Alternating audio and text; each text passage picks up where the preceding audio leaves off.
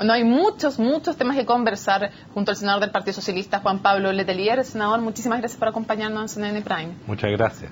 A ver, lo primero, ¿qué le parece que ya se sepa que tanto la reforma laboral como, entre otros, el tema de los proyectos de colusión y también el envío de un proyecto como el de la reforma a la educación superior, todo eso, aprobación o envío, queda para marzo? No me deja contento, en particular la reforma laboral. La verdad es que las cosas están dadas para construir un acuerdo, las cosas están sobre la mesa. El gobierno envió un proyecto que tenía una esencia, la Cámara de Diputados aprobó esa esencia, la Comisión de Trabajo del Senado aprobó esa esencia que tiene que ver con un nuevo modelo de relaciones laborales, y todos sabemos que el tema de discusión es si hay una huelga efectiva o no. Es legítimo que 4 senadores de la nueva mayoría no estén de acuerdo, pero creo que llega el momento donde o llegamos a un camino intermedio o se dejan en evidencia las diferencias. No me parece bien. ¿Aún a riesgo, de que se rechace? Aún a riesgo de que tengamos mayores conflictos. Y el problema mayor no es el conflicto entre los partidos a esta altura.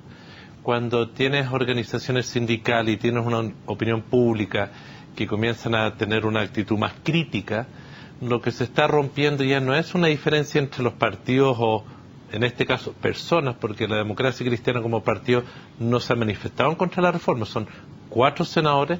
El problema que se genera es un distanciamiento de los partidos con su base social de apoyo. Pongámosle nombre y apellido. ¿Cuáles son, a su juicio, las personas responsables de que no se apruebe ahora la reforma laboral? Mire, no hemos sido capaces de construir un acuerdo en torno al tema del reemplazo interno a la huelga. El gobierno, la Cámara de Diputados y la Comisión de Trabajo del Senado, en particular los miembros de la nueva mayoría, entendemos que el acuerdo es huelga efectiva. Eso es lo que existió antes. ¿Quiénes están en contra de la huelga efectiva por el momento? El senador Saldívar, los 2 senadores Walker, y entiendo que el senador Mata por el momento. ¿Usted cree que esos 4 senadores que acaba de nombrar son los responsables de que no se haya aprobado ahora la reforma laboral? Digo que con ellos no ha sido posible construir un acuerdo aún. Yo no pierdo la esperanza. Por eso, pero hasta ahora no ha sido posible aprobar esta reforma por culpa de ellos. Ellos tienen una posición contraria. Entonces, yo siempre soy optimista en esta materia y yo creo que es necesario construir un acuerdo, independiente de que votemos en marzo. Yo quiero una buena ley, pero creo que las diferencias están sobre la mesa y que políticamente no es correcto estirar este elástico más, porque le hace daño no solo a ellos, sino que le hace mal a la coalición y peor le hace mal al gobierno, y eso me preocupa. ¿No es legítima la postura de ellos y además la de los senadores de la alianza, que les parece que no es buena la reforma en ese punto del gobierno? Yo separo las aguas, porque esto es parte del programa de gobierno, esto es parte de lo que Ignacio Walker firmó como programa de gobierno, y ahí yo tengo una diferencia de opinión respecto a sus responsabilidades versus la responsabilidad de la oposición, que está bien. Ellos siempre han defendido el plan laboral de la dictadura, lo que hizo José Piñera como código de trabajo. Nuestro compromiso con el país era devolverles los derechos a los trabajadores chilenos que tuvieron 40 años atrás. Esto no es nada nuevo. ¿Usted diría que los 4 senadores que han nombrado de la Democracia Cristiana, que se oponen en algunos puntos a la reforma laboral, están incumpliendo con el programa de gobierno de Michelle Bachelet? Mire, yo creo que hay temas que están suscritos. Por ejemplo, en la otra materia, aquí hay 2 temas de discusión. Si la huelga es efectiva, por un lado, y la extensión de beneficios, que es parte de la titularidad sindical, que es cuando un sindicato llega a un acuerdo con el empleador.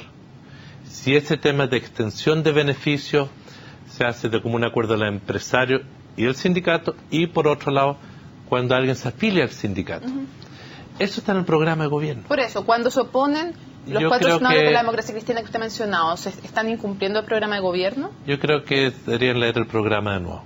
Y en eso yo siento que es de responsabilidad política comprender que aquí hay una mayoría y esta dilatación solo nos hace daño por lo siguiente, Mónica. Porque pero ¿no están siendo entonces responsables con el programa de gobierno? Yo siento que en esta materia, yo creo que en esta materia no están cumpliendo lo que son los acuerdos de programa, lo que es el acuerdo de los partidos, que fue lo que se habló en un cónclave con la presidenta Bachelet ya hace varios meses atrás, de una huelga efectiva sin reemplazo interno o externo. Y entiendo que tenga una diferencia de opinión, lo entiendo, pero creo que cuando uno es parte de un colectivo, Uno a veces puede sostener sus posiciones personales, pero por otro lado hay la responsabilidad que tenemos como representantes de quienes votaron por nosotros. Y en ese sentido, estos senadores son los senadores de la nueva mayoría en sus territorios, y la nueva mayoría mayoritariamente optó por un programa en cierta dirección, y creo que es muy importante en esto hacer fe y cumplir el programa. Yo en esto creo que es mejor construir un acuerdo. Hay diferentes formas de hacerlo sin desvirtuar el programa. Creo que podemos cambiar redacciones, podemos precisar conceptos. Yo creo que siempre hay que estar disponible a ello, pero no me parece bueno llegar a este clima donde la CUT ahora habla de movilizaciones. Ese es un mal camino a seguir. Otro de los temas es que se posterga nuevamente. Se había dicho, la presidenta había dicho que antes de fin de año se mandaba, de fin del año pasado se mandaba la reforma de la educación superior. Se le dijo desde el ministerio que no, volvió a insistir en que se mandaba, después se dijo que en enero, ahora se dice que en marzo. El punto es que ya se reconoce que el tema de la gratuidad nuevamente va a tener que ser vía glosa presupuestaria. ¿Qué le parece esa situación? Eso dicen algunos. Ya lo reconoce la ministra de Educación, y además lo reconoció incluso hace un mes en una entrevista con CNN Chile. Eso dicen algunos. Yo creo que nos ha costado mucho este debate porque hay muchos actores y me parece legítimo. Hoy ya sabemos que la gratuidad para este año comenzó y es una cosa extraordinaria.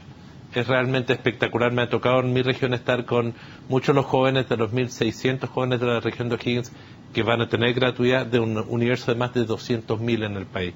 Es una cosa conmovedora. Entiendo que el debate que tenemos es porque queremos hacer algo que no existe en otros países. Y creo que es muy importante decirlo, porque en otros países la gratuidad es solo la oferta estatal. Aquí se está haciendo algo distinto, donde tenemos un modelo de educación superior mixto. ¿Pero eso no le complica que nuevamente se tengan que definir por glosa presupuestaria? A mí no me complica en la medida que esto permite que sigamos avanzando. Yo hubiese preferido, y yo creo que muchos, de que hubiésemos podido comenzar el debate de una ley. Creo que ha sido sano el que los rectores se hayan sumado a un debate, que el movimiento estudiantil esté en el debate, que los especialistas estén en este debate, y que tengamos convicción como país que vamos a tener gratuidad en la educación superior y vamos a establecer un modelo único, porque aquí no es solamente gratuidad por los establecimientos de la oferta estatal. ¿Es un error que el gobierno se autoimponga plazos que a todas luces es evidente que no puede cumplir? Yo creo que el ministro secretario general de gobierno este fin de semana ¿O de gobierno? De gobierno. Fue bastante claro este fin de semana de que sí, teníamos una intención de sacar adelante ciertas cosas, no se dieron las condiciones como queríamos. Lo importante es que tengamos claros los objetivos y no nos quedemos casados en los plazos. Y en esto, la ley anticolusión, que a mí me hubiese gustado sacarlo, yo creo que ya están los acuerdos para sacarlo, o el inicial debate de una ley de educación superior que se mande ahora, habría sido lo ideal, pero en términos prácticos, que se mande esta semana o se mande la primera quincena de marzo, no va a cambiar nada. Ahora, en el caso de los partidos políticos y de la ley de financiamiento de la política, sí cambia, porque cambia la posibilidad o no de que esté rigiendo para las elecciones municipales. ¿Qué le parece esa situación, que pudiera no estar rigiendo para las municipales estas dos nuevas leyes? En el Senado despachamos los proyectos y espero que la Cámara de Diputados logre sacarlo. Entiendo que nuestro plazo fatal es principio de marzo para que esto esté, o mediados de marzo que esté publicado. Creo que hay una urgencia. Creo que las materias de acuerdo y desacuerdo también sobre la mesa. Se va a resolver en comisión mixta. Creo que estamos a tiempo. Un par de cosas antes que se nos acabe el tiempo. Decía la vicepresidenta argentina de visitar nuestro país que se va a analizar la posibilidad de lograr la extradición de Galvarino a Pablaza. Y que se está analizando si se le quita o no la calidad de refugiado político. ¿Se le debe quitar esa calidad y debe proceder la extradición? Permíteme una previa. Mira, a mí no me gusta que Argentina le haya dado el estatuto de refugiado teniendo como fundamento de que en Chile no existía un Estado de Derecho. No me gusta. No sé si a Pablaza tiene responsabilidad o no en el asesinato de Jaime Guzmán. Pero dicho aquello, el derecho humanitario es un derecho con el cual no se juega. Cuando un país cualquiera, sea la China, sea Chile, sea Estados Unidos, cualquiera, le da a una persona estatuto de refugiado, ese estatuto en el derecho humanitario no se puede quitar porque hay un cambio de gobierno. Y yo creo que aquí vamos a enfrentarnos a dos normas legales internacionales, me digo, más allá de mi juicio sobre Pablaza. el derecho humanitario, darle estatuto de refugiado a una persona, no es algo que un gobierno de turno pueda revisar fácilmente porque es parte de tratados internacionales. Y yo creo que Argentina tiene una dificultad en esta materia y por ello van a requerir un estudio muy minucioso si se le puede quitar, de acuerdo al derecho internacional, a esta persona o a otra el estatuto de refugiado cuando se lo han dado. Yo creo que es muy difícil en el derecho humanitario quitarle el derecho a una persona que se le da este estatuto. Por eso los países tienen que ser muy responsables cuando lo dan. Creo que Argentina, el gobierno anterior, no fue responsable. Y quiero decir, por eso partí en esa reflexión. Para ir cerrando, el Partido Comunista con la Democracia Cristiana han tenido una larga pero cada vez más dura polémica, entre otras cosas, por resumir sus máximos dirigentes. El de la ADC dijo que era un partido sectario, el Partido Comunista, entre otras cosas, y el Partido Comunista, a través de su presidente Guillermo Tellier, le respondió que que por lo menos no eran golpistas ni corruptos. Son formas... Mal camino. ¿Y cómo le afecta a la coalición? Mal camino porque creo que se están haciendo caricaturas de cosas que no son objetivas, no son conducentes. Efectivamente pueden haber matices como lo hay en todos los partidos de la nueva mayoría, en varias materias. Creo que en el tema laboral la diferencia no es entre los comunistas y la democracia cristiana, son personas que tienen opiniones. En lo que se hizo con la ley de pesca, yo tengo mi juicio, a mí creo que se han hecho caricaturas sobre aquello, y yo siento que es un mal camino lo que han llevado los presidentes de ambos partidos. Creo que las palabras del presidente del Partido Comunista no ayudan, porque cumple una función más allá de la presidencia de su partido, y creo que la opinión del liderazgo de la ADC tampoco es descalificar un aliado. Yo creo que hay materias donde uno puede tener discrepancia, pero en tanto somos parte de un colectivo, evidentemente estas prácticas dañan al colectivo. Yo no los considero responsables, esa actitud. Dañan al colectivo, dice usted, y no los considera responsables. Para cerrar, este viernes es la formalización del caso Cabal, la primera, y al respecto, o la primera respecto de Natalia Compañón en este tema. Involucra la formalización de la nuera de la presidenta de la República.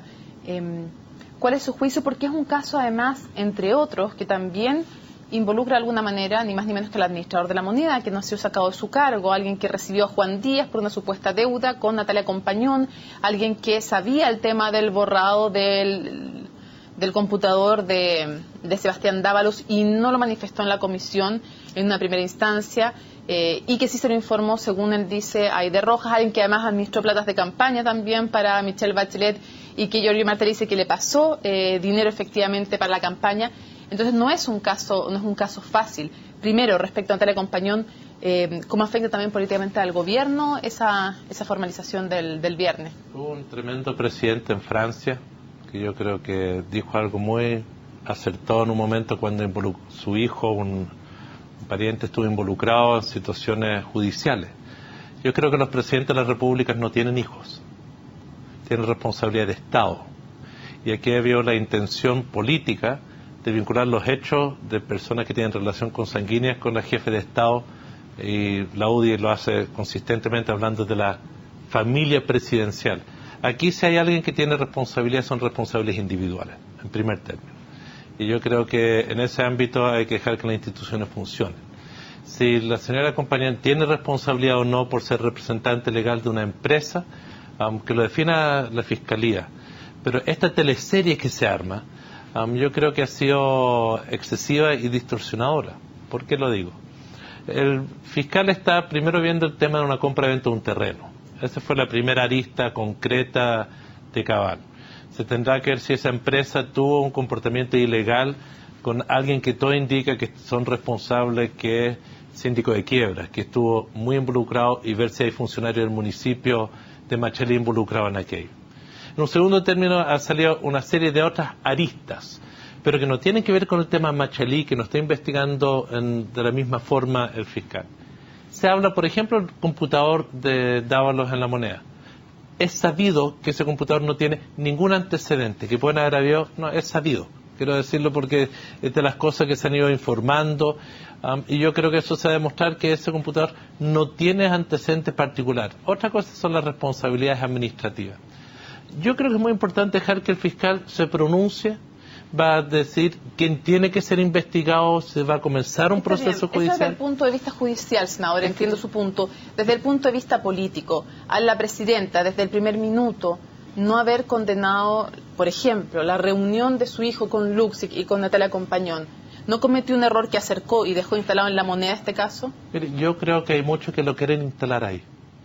Yo creo que habría sido más adecuado que se dijera de una vez y al principio, pero los jefes de Estado no tienen parientes para este efecto. Es decir, que las personas que son parientes tienen responsabilidades individuales, si es que las tienen. Y yo creo que vamos a ver después de todo un proceso, es muy a la chilena esto, donde se trata de armar muchos escándalos sobre situaciones, que la justicia va a llegar a su justo equilibrio y ver si hay responsabilidades o no. Aquí se involucra mucha gente en casos distintos, se mezclan diferentes casos. Perfecto. Esperemos que el fiscal se pronuncie, que yo creo que eso es lo que hay que esperar. Senador, muchísimas gracias por acompañarnos en CNN Prime. Buenas Muchas noches. gracias. Hacemos una pausa y ya regresamos.